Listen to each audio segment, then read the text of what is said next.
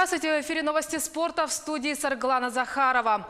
Российские волейболисты начинают борьбу за путевку на Олимпийские игры. Отборочный турнир, который пройдет в Санкт-Петербурге, стартует уже сегодня. В нем примет участие мужская сборная России. Ей необходимо одержать 3 победы, чтобы получить заветную путевку в Токио.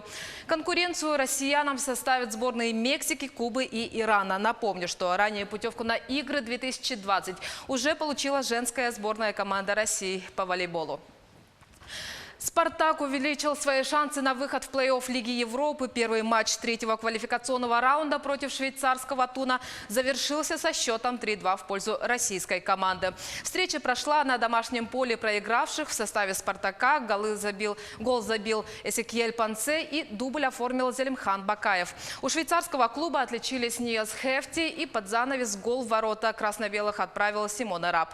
Ответная встреча состоится 15 августа на открытии арене. Команда, которая окажется сильнее по сумме 2 встреч в следующем квалификационном раунде Лиги Европы, встретится с победителем противостояния между португальской Брагой и датским Брандбю. Тем временем в этой паре Брага и Брандбю оказалась сильнее португальская команда. Встреча завершилась со счетом 4-2 в пользу Браги, при том, что 2 мяча футболисты Браги забили в добавленное ко второму тайму время. Ответный матч пройдет в Португалии 15 августа. Российская теннисистка Светлана Кузнецова выбыла из турнира женской теннисной ассоциации. Во встрече, которая прошла в Торонто, она проиграла румынке Симона Халеп и не смогла выйти в четвертьфинал турнира в Торонто. Счет 6-2, 6-1. Матч продолжался 1 час 8 минут. Стоит отметить, что Кузнецова получила приглашение принять участие в соревнованиях после того, как из-за травмы снялась чешка Петра Квитова. Халеп является победительницей 20 турниров ВТА. Также в ее активе победы на открытом чемпионате Франции и Уимблдоне. При этом она является действующей чемпионкой канадского турнира. Соревнования в Торонто завершатся 11 августа. Россиянка Кристина Ильиных завоевала серебряную медаль в прыжках в воду с 3-метрового трамплина на чемпионате Европы. Турнир проходит в Киеве. Она показала результат 292,60 балла. До золота Кузнецова не хватило всего 1,5 балла. И таким образом первое место заняла голландка Инге Янсен.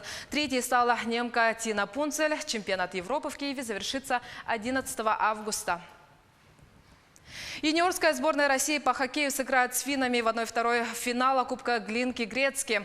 Команда одержала победу в матче со словаками. Окончательный счет был установлен в овертайме 2-1. Полуфиналы пройдут в пятницу. Примечательно, что сборная России в Кубке в последний раз выигрывала золото лишь в 1995 году.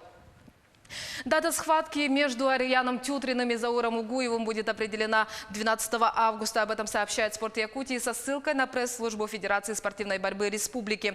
Главный тренер национальной команды России по вольной борьбе Дзамбалат Тедеев подтвердил, что вопросы, условия и сроки прикидочной схватки между Арияном Тютриным и Зауром Угуевым решатся в начале следующих сборов. Они пройдут в Сочи. По словам Тедеева, 12 августа соберется тренерский совет сборной России, где решится вопрос и условия прикидочных схваток. Именно на этих подготовительных сборах окончательно определится список участников чемпионата мира 2019 года. Напомню, что после несправедливого судейства на чемпионате России в Сочи тренерским советом Арияну Тютрину был дан шанс доказать свою состоятельность на международном турнире в Польше. Якутянин одержал уверенную победу, одолев чемпиона России 2019 года Рамиза Гамзатова и вице-чемпиона мира 2018 года Нурислама Санаева. Это были новости спорта. Всего доброго.